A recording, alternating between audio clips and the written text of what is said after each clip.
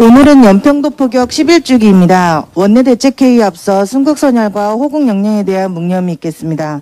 모두 자리에서 일어나 주시기 바랍니다.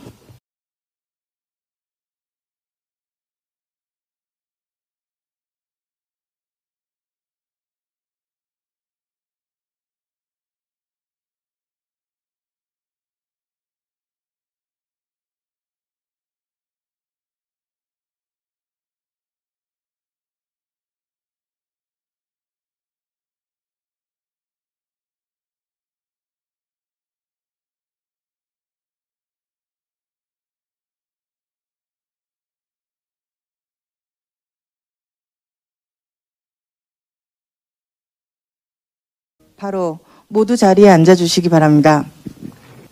자, 그럼 시작하도록 하겠습니다. 앞서 우리가 묵념의 시간을 가졌습니다만 오늘은 연평도 포격전 11주기가 되는 날입니다. 북한의 기습도발로 민간인을 포함해 4분의 전사자와 19분의 부상자가 발생했습니다. 소중한 우리 국민의 생명을 위협한 북한의 무력도발을 거듭 규탄하며 연평도 영웅들을 마음 깊이 추모하고 기립니다. 북한은 지금도 호시탐탐 대한민국의 영토, 영공, 영해를 위협하고 있지만 문재인 정권의 대북 굴종 정책 탓에 우리 군은 미사일을 미사일이라 부르지도 못하고 도발을 도발이라 부르지도 못하는 홍길동 신세가 되어 있습니다. 민주당 이재명 후보는 연평도 영웅들 앞에서는 북한의 일방적 도발에 대해 용인하지 않겠다며 눈물까지 훔쳤다고 하지만 그 진정성을 전혀 느낄 수가 없습니다. 이재명 후보가 가장 가까운 우방인 미군을 점령군이라고 하고 한국이 일본에 합병된 이유는 미국이 승인했기 때문이라고 하는 등 왜곡된 역사인식으로 똘똘 뭉친 인물임을 국민들은 잘 알고 있기 때문입니다. 지난 5년간 위장평화쇼에 매몰돼 한미동맹을 방치하다시피 한 문재인 정권을 보며 노심초사했던 국민들은 문재인 정권 시즌2 문재인 의계인이 탄생하면 안보 불안이 더욱 가중될 것이라는 사실을 잘 알고 계십니다. 우리 국민의힘은 연평도 포격전 영웅들의 희생이 헛되지 않도록 내년 봄 정권 교체를 통해 튼튼한 안보, 강한 국방으로 국민 안전을 반드시 실현시켜 나가겠습니다. 검찰이 어제 김만배, 남욱 두 사람에 대해서 뇌물 공여 및 배임죄 혐의로 기소하고 정영학에 대해서는 배임 혐의만 정리해서 기소했다고 하는데 그야말로 꼬리 자르기에도 미치지 못하고 꼬리에 붙은 깃털 하나 뽑기 수준에 그쳤습니다. 지난 한 달간 검찰이 수사를 한 것이 아니라 그냥 시간만 때웠다고 보입니다. 새롭게 드러난 사실은 없는 맹탕 수준으로 수사가 아예 몸통 근처에 접근조차 하지 않았습니다. 경찰이 유동규 핸드폰에 대한 포렌식 자료를 검찰에 넘겼다고 하고 그 안에는 이 후보의 측근인 최진상 부실장과의 통화 내역도 들어있다고 알려졌지만 검찰이 정 부실장에 대한 추가 조사를 실시했다는 소식은 들리지 않고 있습니다.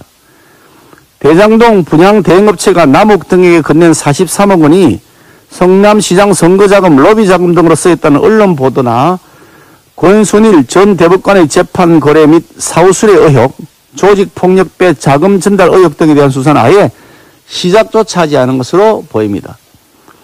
어떻게든지 대장동 몸통을 은폐하려는 검찰의 눈물겨운 노력이 가상할 정도라는 국민들의 냉소가 두렵지도 않습니까?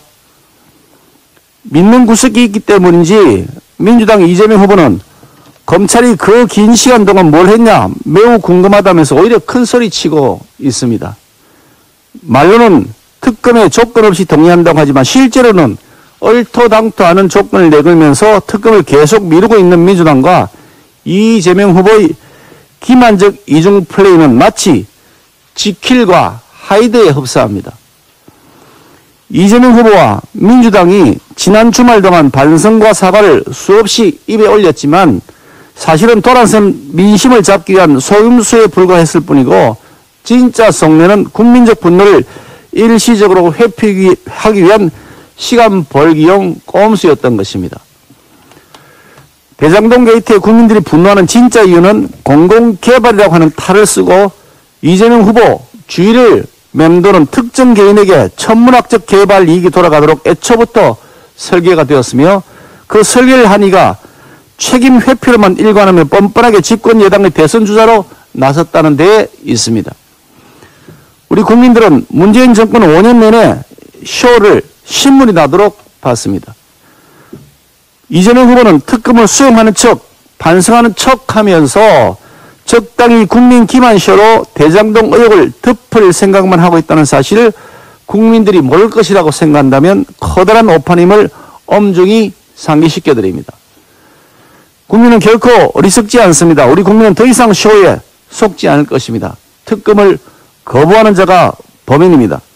민주당과 이재명 후보는 하루빨리 특검법 논의를 위한 여야 원내대표 회담에 참여할 것을 다시 한번 촉구합니다. 이재명 후보가 어제 SNS를 통해 개발이익 환수법 막는 자는 화천대유를 꿈꾸는 공범이라며 우리 당의 책임을 뒤집어 씌우는 가짜 뉴스를 퍼뜨리고 있습니다. 다시 한번 강조하지만 우리 당은 개발이익 환수 관련 법안들을 반대하지 않습니다. 지난 18일 이재명 방지법을 포함한 개발이익 환수 관련 법안을 일괄 상정하자는 우리 당의 제안을 반대한 자는 정작 민주당이었습니다. 어제도 국토위에서 예산안 심사와 개발이익 환수 법안 심사를 연계한 민주당의 발목 잡기로 회의가 정해되었습니다. 이러한 파행에 대한 전적인 책임은 대장동 게이트를 물타기 하려는 이재명 후보와 민주당의 후안무치한 행태에 있습니다. 이재명 후보는 이번 국정감사 때까지만 해도 대장동 사업이 자신의 최대 치적임을 강조해왔습니다. 그런데 대장동 게이트와 관련한 국민의 의심이 짙어지자 이제야 개발이익 환수를 강조하는 등 대장동 의혹을 안면 몰수하려고 안간힘을 쓰고 있습니다. 이재명 후보는 개발이익 환수를 제도화하는 것이야말로 화천대유 문제로 국민께 허탈한 마음을 안겨드린 데 대해 진심으로 반성하는 방법이라고 했습니다. 그런데 반성의 순서가 틀렸습니다. 대장동 입막음용 개발이익 환수 법안을 처리하기에 앞서 이 법안들을 나오게 된 근본 원인인 대장동 게이트의 진실부터 낱낱이 규명되어야 합니다. 그리고 이러한 진실은 오직 특검만이 밝힐 수 있음이 더욱 자명해졌습니다. 검찰은 어제 대장동 일당인 김만배 화천대유 대주주와 남욱 변호사를 특정경제가중처벌법상 배임, 뇌물공여 등의 혐의로 구속 기소했고 정영학 회계사는 배임 혐의로 불구속 기소했습니다. 공소장에는 대장동 게이트의 위성과 관련된 어떠한 내용도 포함되지 않았습니다. 저희들이 예상했던 대로 위선은 털끝 하나 건드리지 않고 꼬리 자르기 선에서 사실상 수사가 마무리된 것입니다. 검찰은 수사팀 출범 이후 2달에 가까운 기간 동안 국민께 보여드린 것은 부실, 늑장 수사, 권력 눈치 보기가 전부였습니다. 검찰은 이번 기소가 중간 수사 성격이라고 하지만 수사가 더 진행되더라도 윗선 수사는커녕 땅에 떨어진 국민의 신뢰조차 회복하지 못할 것입니다. 이재명 후보는 이미 2차례 특검 수용 의사를 밝혔습니다. 이재명 후보와 민주당은 진정 대장동 게이트를 반성한다면 입으로만 특검 수용을 외칠 것이 아니라 특검법을 논의하는 행동으로 보여주길 바랍니다. 중앙선거관리위원회가 이재명 후보의 하명에 따라 본격적으로 선거 개입에 나선 것이 아닌지 우려스럽습니다. 본 의원실이 중앙선거관리위원회로부터 제출받은 오피니언 리더 의견 인용보도 언론사 제재 조치 현황 자료에 따르면 최근 10년간 제재 조치를 받은 언론보도 10건 모두 이재명 후보 측에서 신청한 것으로 드러났습니다. 이재명 후보는 지난 10월 후보 확정 직후 대장동 게이트와 관련해 자신을 비판한 진중권 전 동양대 교수를 인용한 총 10건의 보도에 대해 이의 신청을 했고, 이에 선관위는 이 후보의 요청을 모두 받아들여 진중권 기사를 쓴 언론사에 대해 1건은 주의, 9건은 공정보도 협조 요청 제재를 가했습니다.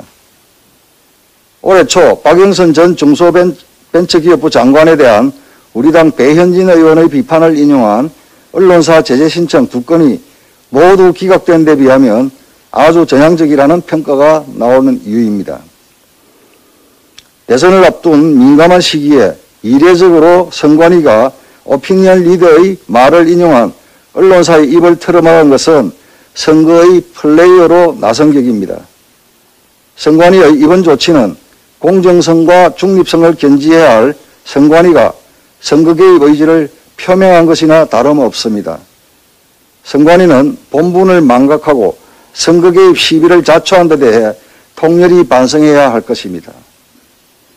이는 비단 선관위만의 문제가 아닙니다. 일부 부처는 정치적 중립 의무를 위반하고 관권을 활용한 여당 선거운동에 나서기도 했습니다.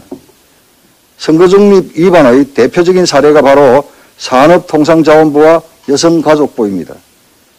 차관들이 부처 조직에 여당의 대선 공약 개발을 지시 또는 총괄한 혐의로 검찰의 수사를 받고 있습니다. 이러한 대리 공약 개발 행위는 선거 개입 의도가 다분한 중대한 선거범죄입니다. 끝까지 책임을 물어야 할 것입니다.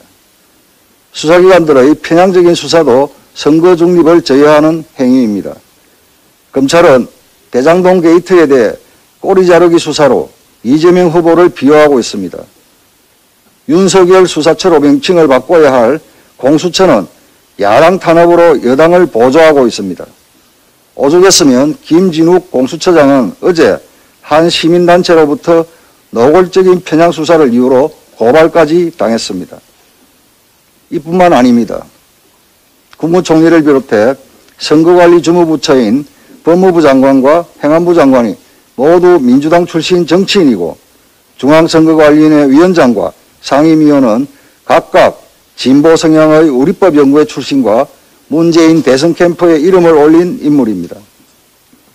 이미 이번 대선 관리는 중립이 불가한 기울어진 운동장인 것입니다. 문재인 대통령은 즉각 엄정한 선거 중립과 공직기강 확립을 천명하고 선거 중립형 내각으로 교체할 것을 촉구합니다. 도 아깝다라는 주제로 말씀드리겠습니다. 11년 전 오늘 북한은 백주대낮에 선전포고도 없이 대한민국의 영토인 연평도를 포격 도발했습니다. 하지만 11년 세월이 흐른 지금 우리의 안보 상황은 그때보다 나아진 게 없습니다. 문재인 정부는 올해 들어와서만도 북한의 거듭되는 미사일 도발에 도발이라 하지 못하고 종전선언이라는 허상만 쫓고 있습니다. 더불어민주당 이재명 후보는 지난 21일 대정 현충원의 연평도 포격 전사자 모욕과 제2 연평해전 전사자 모욕 등을 참배한 자리에서 북한의 일방적인 도발에 대해 용인하지 않겠다고 말했습니다. 그런데 이재명 후보의 이번 발언과 행보를 자세히 살펴보면 지난 시기에 그의 언행과 너무나도 차이난다는 걸 알 수 있습니다. 이재명 후보는 과거 성남시장 재임 당시 천안함 폭침에 대해 천안함이 잠수함과 충돌했다는 연구 논문이 나왔다는 말도 안 되는 글을 트위터에 올려 천안함 희생 장병 가족들의 마음에 씻을 수 없는 상처를 주었습니다. 2015년 8월 서부전선 포격 사건 당시에는 북에서 먼저 포격? 연천군 주민들은 왜 못 들었을까요? 라고 북한의 도발을 의심하는 발언들을 트위터에 올렸습니다. 천안함 전후에는 지난 12일 천안함 폭침 사건에 대해 입장을 밝혀달라고 공개적으로 요구했지만 오늘까지도 이재명 후보는 아무런 입장을 내지 않고 있습니다. 이재명 후보에게 이 자리에서 공개적으로 다시 묻고 싶습니다. 천안함 피격 사건에 대한 이재명 후보의 입장은 무엇입니까? 아직도 천안함이 잠수함과 충돌했다고 생각하십니까? 이재명 후보는 아직도 서부전선 포격 사건이 북한의 도발로 일어났다는 사실을 믿지 못하고 있습니까? 이재명 후보는 단순히 대선 안보쇼 대신 천안함 폭침에 대한 명백한 입장, 북한의 비핵화가 먼저인지 아니면 대북 제재 완화가 먼저인지 또 또 북한 주민들의 인권 문제를 어떻게 해결할 것인지, 북한 비핵화가 추진되지 않은 상태에서도 남북 경협을 먼저 추진해야 된다고 생각하는지 명백한 입장을 발표할 것입니다.